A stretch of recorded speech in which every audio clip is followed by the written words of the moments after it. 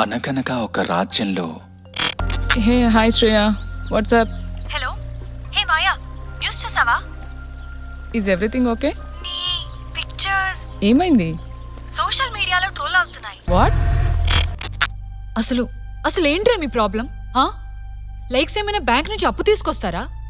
కాదుగా, జస్ట్ అలా screen touch చేస్తే సరిపోతుంది. దానికి కూడా ఎందుకురా మీకు అంత ఈగో?